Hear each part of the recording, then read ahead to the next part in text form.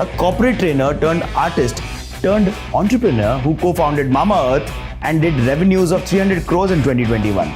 Now, that's the story that we'd want to hear. Hi, thank you for being here Hey, today. thank you for having me. So let's get started. So, what inspired you to co-found Mamaearth? I think for me, Mamaearth started with my own personal journey. I was blessed being a mama, and I was looking for toxin-free, certified safe products for my son. Um, India, at that point of time, there was nothing that was available which said that this is certified to be safe, and the products that were available were being taken off the shelves in US market, and it was all over the news.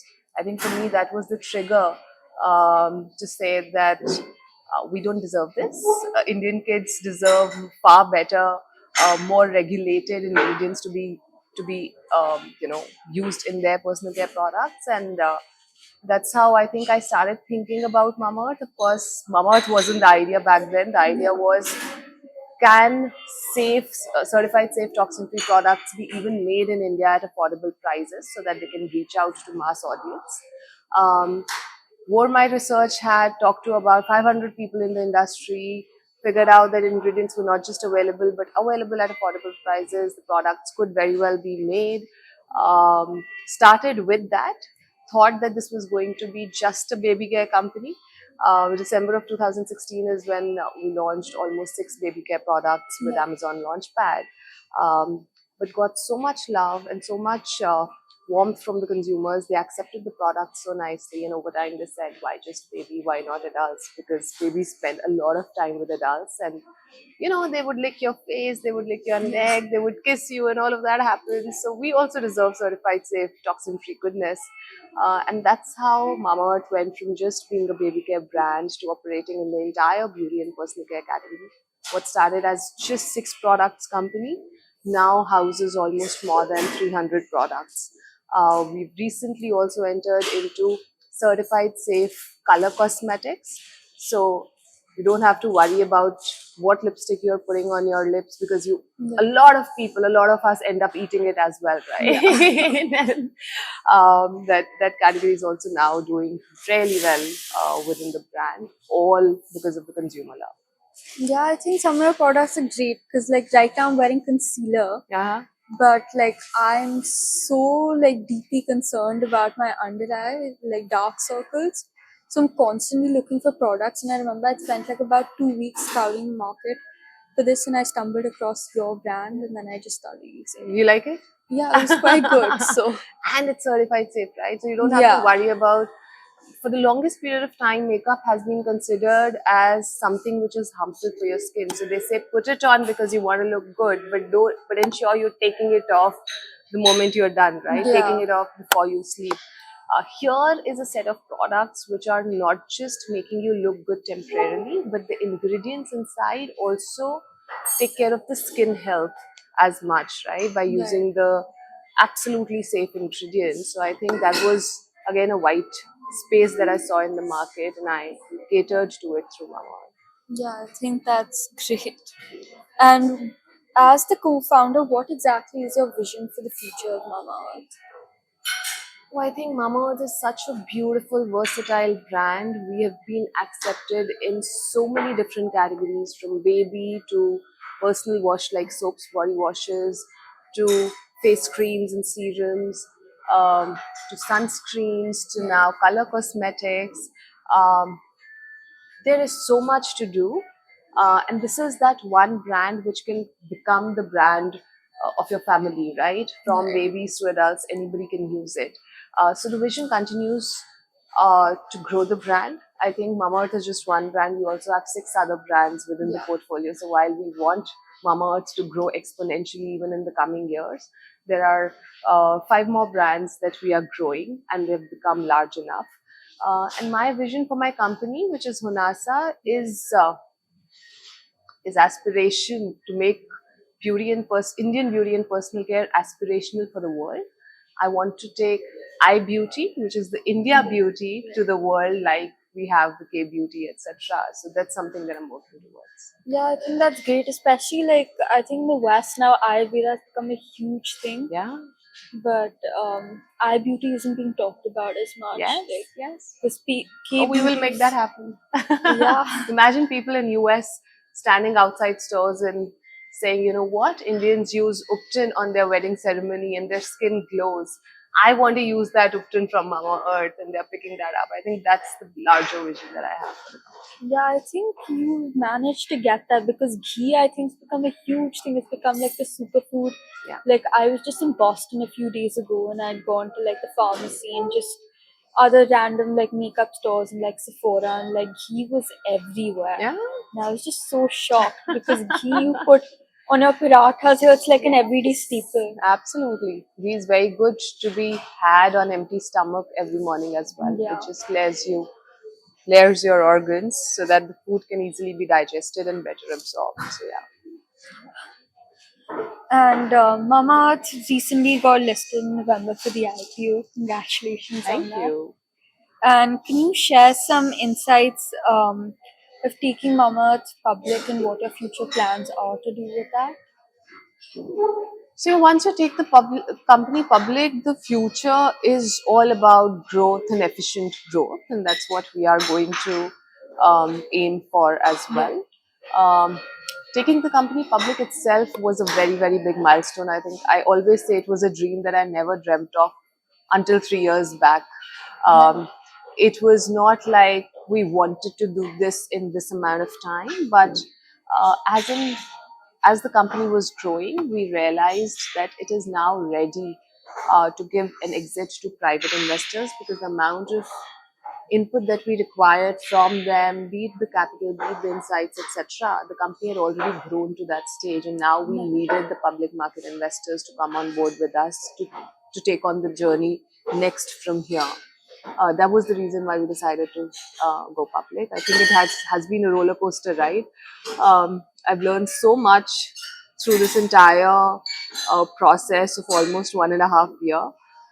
There was a lot of, I would say, rumors which converted into negative news and negative sentiments around the brand itself, around the IPO. Um, and managing to still take the company public because you had a strong conviction that business is so strong that it can take on this sentiment as well. Um, was truly a personal achievement that I would say. There were 100 reasons for us to back out and say we will not do it until this settles out. And there were very limited reasons for us to say that, you know what, even amongst this backlash, we're going to go forward and take the company public. And we decided to go with the courage that we had back then and take it today. And it's been doing well since then. I mean, like we said, that we will let numbers do the talking. The numbers are doing the talking, and we are pretty okay. And everybody else who had more belief in the rumors that were going around is now coming back saying that yeah, it's okay, we were wrong.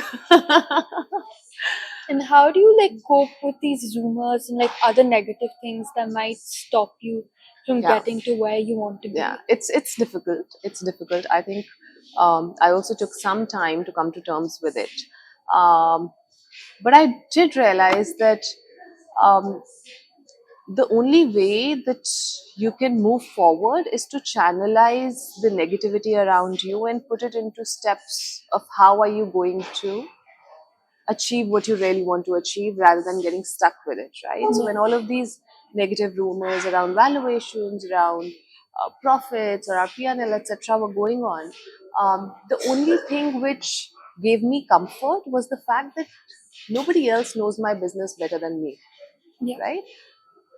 I have a vision for it in the form of P&Ls and numbers and profits and all of it that I can clearly see.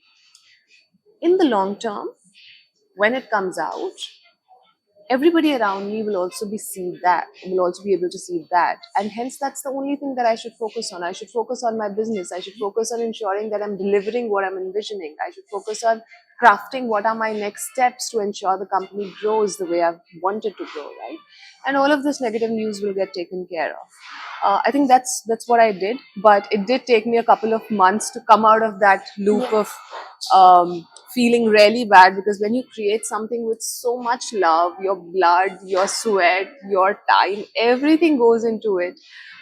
you've always been appreciated for what you've created, and suddenly it flips, Yeah. right, towards the Right. other side. It takes you some time to come to terms with it, but I think it's very, very important to continue to look in the future rather than getting stuck in the past or the present. When it comes to rumors or trolls or memes or anything like that. And are there any personal like anecdotes or moments that have really stood out for you throughout the journey, like since you started Mama Earth in 2016? So I think loads of them. All said and done, Mamaearth or my company is just 7 years old. Yeah. Within these 7 years, I can very proudly say that 7 years, 7 brands is what I have now, right? So I've really worked hard. It wasn't like it came naturally to me. I also did not come from this specific industry, which is beauty and personal care. Yeah. I had dabbled with computers, went on to becoming an artist, and I thought art was my passion, and I wanted to do that for the rest of my life, was selling my works nationally, internationally. Until, of course, this personal incident with my son happened. And I think in the entire journey, there have been certain trigger points which have really um, moved needles for me, right? So, for example, let it be as a cribbing mom going to my husband and saying, why is nobody in India doing something about it? There should be certified safe toxin free products. And he's saying that, if nobody else is doing it, why don't you pick it up? I think that was the first needle mover where I took on that, okay, this is something that I want to create, or this is something that I really want to do. I think even as I picked it up, uh, I thought I'll do it for like some time. If I would reach 10,000 parents in India, my job would consider to be done, because that's what I want to do. I want to ease out the pain that parents go through in India. 100 crore ka brand ban gaya, so I would have killed it. Like, that was the aspiration, Yeah. right? But as I continued to move in my journey, there were small little trigger points. For example, when consumers said, "Why just baby? Why not adult?" Yeah. That just opened up such a large market for the Yeah. brand, and that's how we grew. Had it been just for the baby care, because the category itself is so small, the growth could only be so much, right? Right. But when the entire beauty and personal care category got opened up in Mamaearth, that I think changed it for us. After that, we have a very strong believe that we need to listen to consumers at all points of time. I think that was one of the reasons why I started the company as well, because no other brand was listening to me. If they were listening to me, I would have given this idea of Mamaearth to them. Right. I'm glad they didn't, so that this happened. But I think that is something which is till date the core of our company, that we continue to listen to consumers. And as we were listening, we realized that globally there was this trend of active ingredients for skincare. So, for example, salicylic acid for acne, and niacinamide acid for acne marks. And in India, the entire market was just being channelized through the dermatologist route, which is you go to a dermatologist, she prescribes it to you, you go to a chemist, you buy it. Um, and when you read some of these products, they're actually under the cosmetic license and not under the drug license. So there is no reason for them to just be available within the chemist channel. Yeah. I think we saw that opportunity. We realized that consumers in India did not have access to these products unless they went to a dermatologist, and even there, after that, they did not have the understanding of how does some of these active ingredients help. And that's what helped us create our second brand, which is the Dermaco, which is based on active ingredients, science-backed ingredients for skincare. And that's how, from just being a one-brand company, we suddenly had two brands, and that's where the house of brands journey for our company, for Hanasa, started. And now we have 6 brands. So that also further gave us scope to grow more. The brand is doing really well. It is actually growing faster than what Mamaearth grew in terms of speed. We have a brand called Aqualogica, which has taken over the sunscreen market in India because of the deeply hydrating products inspired by the Korean beauty trend, which talks about deep hydration while moisturizing your skin. So I think there have been multiple milestones, multiple trigger points. So be it Shark Tank, right? I was pregnant, and I thought that traveling to Bombay from Delhi for so long might be very difficult, because my second pregnancy was not an easy pregnancy.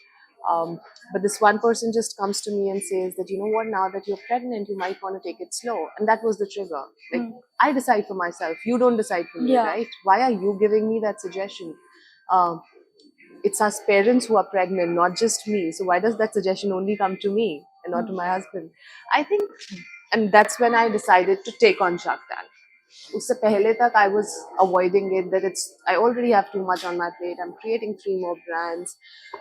I took that opportunity up, so that was also like a needle mover, right? I'm so glad I took that opportunity up. It was one hell of an experience, and working with so many entrepreneurs in that same room, listening to their pitches for almost 12 to 14 hours in a day, was something that I'd never imagined that I'd do, but I did that on the show. So yeah, like I can go on and on, but I've also seen that it's all about how you um, like how do you put it into action rather than just pondering over it or sulking over it. Yeah. That why did this guy say this to me? Rather than doing that, put it into action item. That okay, how would I want myself to be? What do I want to do? Right. And it just helps you move forward. And like at least for me, it has always helped me grow. So I think I plan to do that for the rest of my life. Yeah, I think that's a great takeaway, because I think when you get knocked down, like there are like certain lessons. That's what I've realized over the past 1 year. Yeah. Like there are certain lessons and you grow stronger from that. It's just that you have to learn how to deal with it in a certain way. Absolutely. And there'll be times Yeah. when you'll fail. There'll be times when things don't go your way.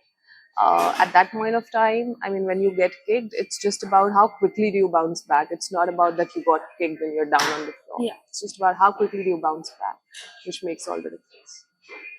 And from your various companies, like you have a lot of social initiatives, right? That you started for each different company that you have. So can you elaborate a little bit more on that?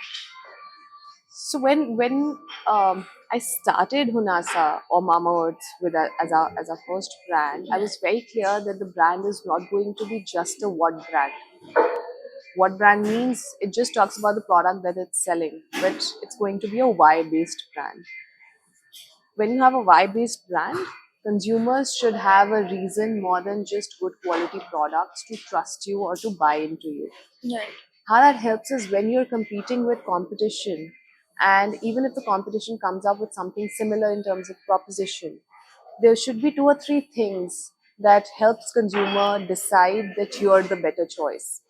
One is product quality. Nothing can beat that, right? So ensuring that your products deliver and are the most efficacious ones compared to anything else in the market, delivering to that. Once that. Second is differentiation, right? So for example, we had the safety seal. So any product from Mamaearth has that safety seal, Right. which helps the consumer pick our product over any other product who don't have that safety Yeah. seal. And I think third was giving them an emotional reason to buy. So, for example, with Mamaearth, we said every order that gets placed on our website, we will plant a tree on consumers' behalf. And our consumers become plant parents. So every time you buy from us, you receive this mail talking about congratulating you on becoming a plant parent, telling you that you've on your behalf we have planted, let's say, an orange tree at this location, giving you the geolocation. You can actually click on it, you can track how the tree is growing over 6 months, 8 months, and that stays with you for life. Right? Imagine like 4 5 orders down, like we have consumers who are now plant parents to 25 30 trees. Oh, wow. Okay. And those trees, as those trees grow up, they bear fruits. They help the farmers who are around them. They can take the fruits, they can sell it out. It is such a beautiful initiative, and my vision is for us to have Mamaearth forests, and all of these forests would have been planted by the consumers who are buying our products, right? Similarly, with every other brand, Dermaco believes in providing science education to young kids who don't have access to science labs in small villages. Aqualogica believes in providing clean drinking water to villages who don't have access to that. People, women there travel like 10 15 kilometers every day, one side, to get one matka of water. So that's the problem that we want to solve. And similarly, all of our brands have a very strong purpose associated with it. Yeah, I mean, I think on your LinkedIn you posted like a few Yeah. days ago. So just checking, I was like Yeah, so yeah, yeah, yeah, yeah. amazed. So in Mamaearth, we would have planted more than 5 lakh trees already. Yeah. Yeah. Yeah. Like 5 lakh trees, provided education to more than 1,000 students. Sorry, 10,000 Oh students. wow. Okay. Yeah, more than 10,000 students. Even in terms of drinking water, the team keeps tracking the number of hours that we've been able to save for the women there, who can then utilize it to do something better with their lives rather than just walking to get clean drinking water, right? So some of them are picking up vocational courses, some of them have picked up a job because they are saving all of that time. So we love doing that. I think that has now become the heart and soul of the company. And is there any advice that you have for aspiring entrepreneurs or entrepreneurs that are just getting into their line of work? Yeah, to each and every entrepreneur, right? I think the definition of entrepreneur is a person who's willing to take risk and stick his or her neck out for an opportunity that he or she rarely believes in, right? um, this risk taking capability in itself is something to be looked up on. For the longest period of time, entrepreneurs were looked down upon, saying that she might not have got a government job, or she might not have been able to crack a job in a good MNC, and hence she's trying to figure out something, right? Or especially more so for men, like especially for women, so it was treated as a vocational kind of a job, right? On the side, kuch kar rahi hai, right? So I think um, one, realizing that the ecosystem has changed, and now we are in a country where entrepreneurship is being looked up to itself is a privilege that a lot of people 10 years back did not have. So take a note of it, take full advantage of it. I would say that with entrepreneurs, right, the journey is such, because it's taking risk. You have so many self doubts. Yeah. You have so many questions. There are so many times when you feel that, is it worth the risk? Just believe it is worth the risk. And with that assumption, move forward and things will change. Because when you truly commit to something, I've experienced it multiple times, that when I truly commit to something, the rest of the journey ahead of it keeps unfolding itself. When I start doubting what I'm doing, the journey becomes difficult, because if I can't believe in myself, nobody else can believe in me, Yeah. right? So that would be my advice: that believe in yourself, figure out the opportunity that you're really passionate about, and commit that, you know what, for the next 1.5 year, I am going to do these 5 things and see how the journey unfolds. And after that, evaluate. If it unfolds the way you planned it to, be great. If it doesn't, you at least have tried it, and you learn, and you know now, right? Otherwise, if you don't try it, you'll always be kya kaya hota to kya hota kind of a phase. So, Yeah, I think that's really beautifully put together because everyone's like believe in yourself, but no one really explains like why you should and like if it yeah, doesn't work out, like there that's are other okay. avenues to That's explore. okay, right? If it doesn't Yeah, work out, at least you've tried. For the like 10 years, 5 years down the line, you wouldn't be thinking, I should have tried it, somebody yeah, else did it. You would know that, yeah, I tried it. It did not work for me. It worked really well for the other person. Great. yeah. Regret shouldn't Be be, there. like there's a saying that, um,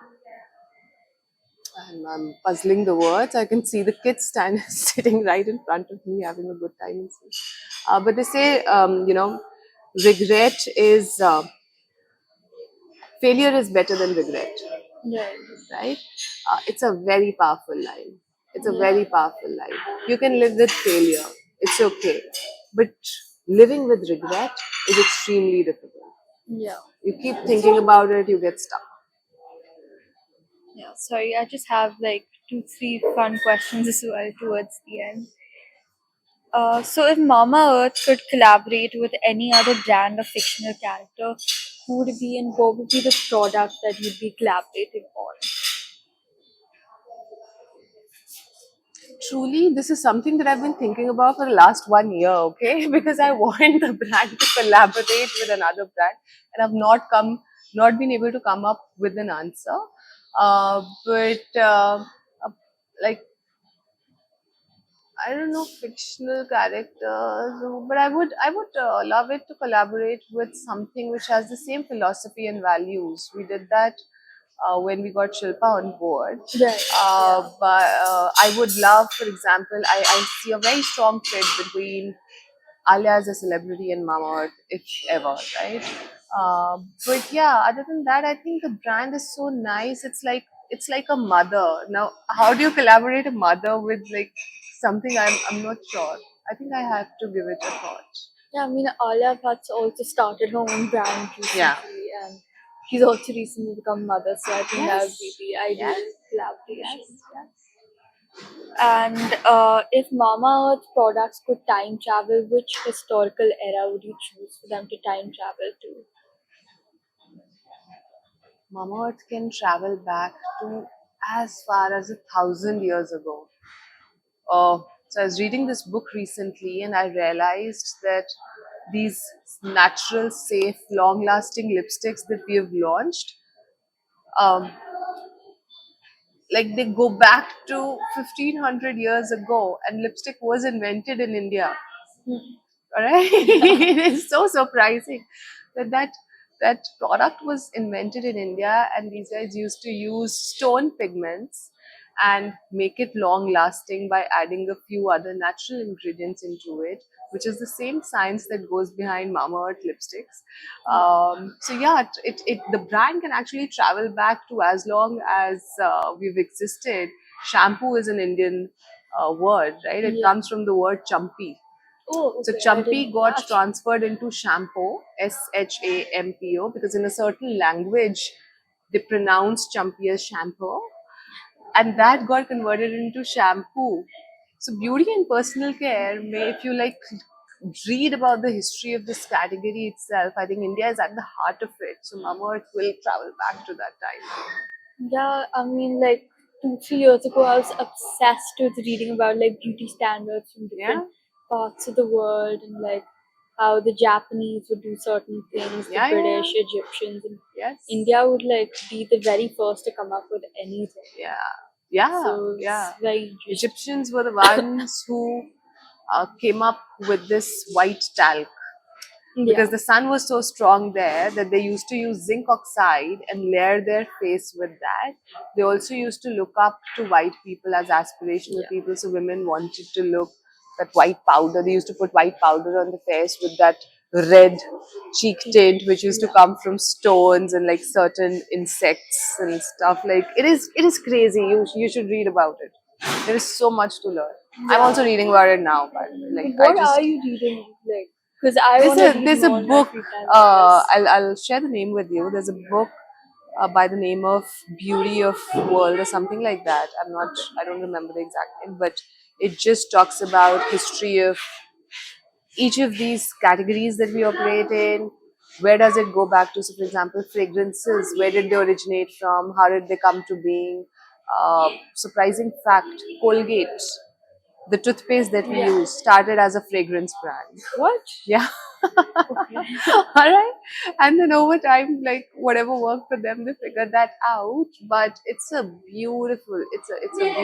I think some of this data, if you're just interested, you Google origin of lipsticks, origin of perfumes, etc. Google also shares all of that information.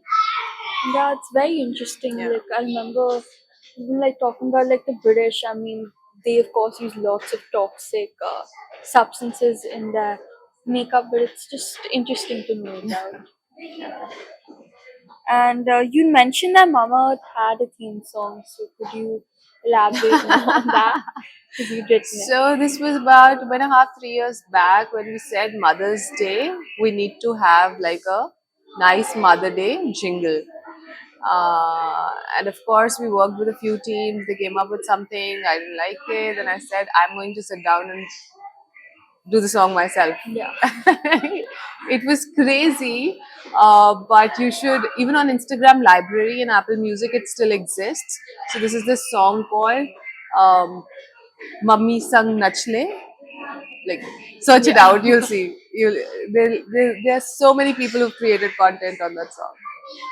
I'll definitely check it out. after this. Yeah. Maybe I can put in this interview. Yeah, we just like, I very conveniently copied the music from this popular song, uh, Kudi Nu Nachne De, Yeah. and just reworded the words to fit it into the Mamaearth essence and did that. Yeah. I'm definitely putting in this interview. Thank Yeah? you so much for Hey, this thank opportunity. you. Thank you for having me. Thank you. Thank you.